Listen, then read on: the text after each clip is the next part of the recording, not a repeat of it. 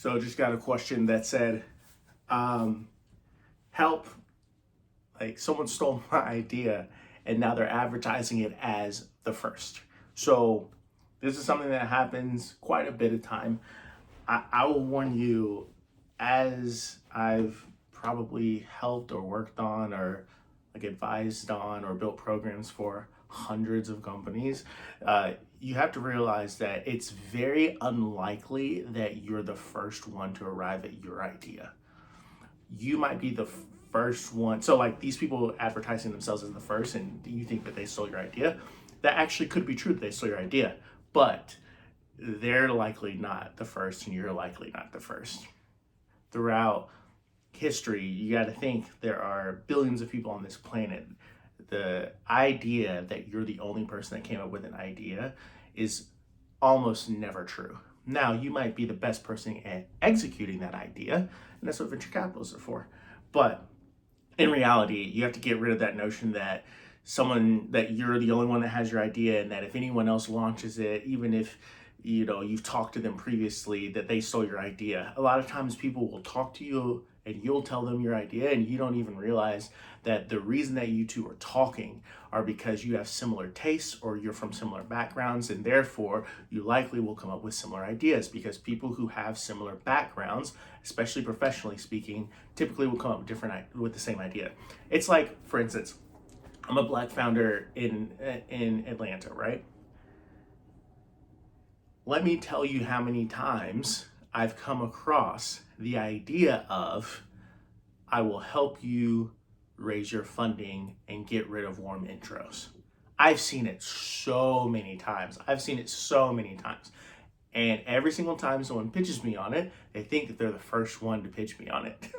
But in reality, if you think about venture capital, 80% of VC, I think it was a 2018 study, 80% of VC comes or is controlled by 4 states, and 90% of it goes to white men. So you have to realize that even though you think you're unique or you think you have a different background, just the fact that you're not a white male, or the fact that you're not located in those 4 states, Texas, Massachusetts, New York, California, you're probably going to think of an idea of like, oh man, this warm intro stuff sucks. It's not fair. It's not a meritocracy. It's preventing people who are actually talented and have backgrounds from raising capital. Like, there's got to be another way. It's been tried before. It's almost impossible to do. You have to figure out your way around someone with your same idea, and then controlling different distribution or different product strategies. That's really where you're going to lean out of the door and actually succeed. It's not going to be because you're first. It's even not going to be because they advertise that they're first and you come second. It's going to have nothing to do with either one of those. It's going to have to do with product sense and strategy and distribution. Whoever's better at distribution will likely win. I'm just going to tell you that straight up. Because the faster you can get distribution, which is like customers, and a scalable way to attract customers, at least scalable in the sense that it costs you less money to get customers than you're getting in revenue, which creates profit, which drives growth. So the faster you can figure out how to get customers, the closer you can get to those customers to develop better product sense, right? So sometimes people with product sense can actually get ahead of the game and then attract the customers with their really good product.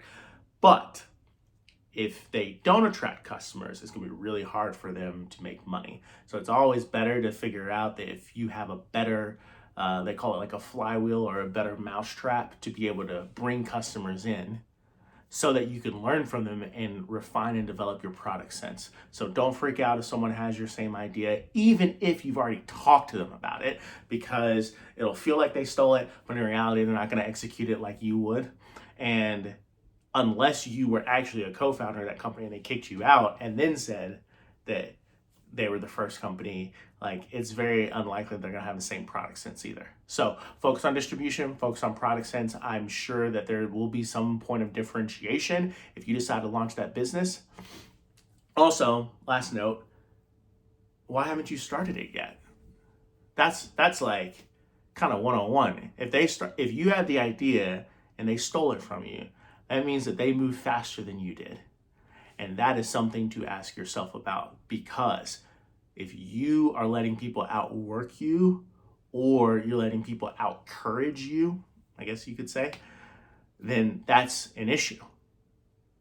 You might as well just let them run with it, because in that game, like, you're going to lose if they act faster, if they iterate faster, if they launch faster, if they acquire customers faster, if they raise capital faster, if they build a product faster. Like, if you're not operating with velocity and you're afraid, it's probably not going to be a good fit. You might need to either join them with your own expertise and ask to be part of the founding team, or you might need to reevaluate whether you're going to start this company or not. For sure. I'm just,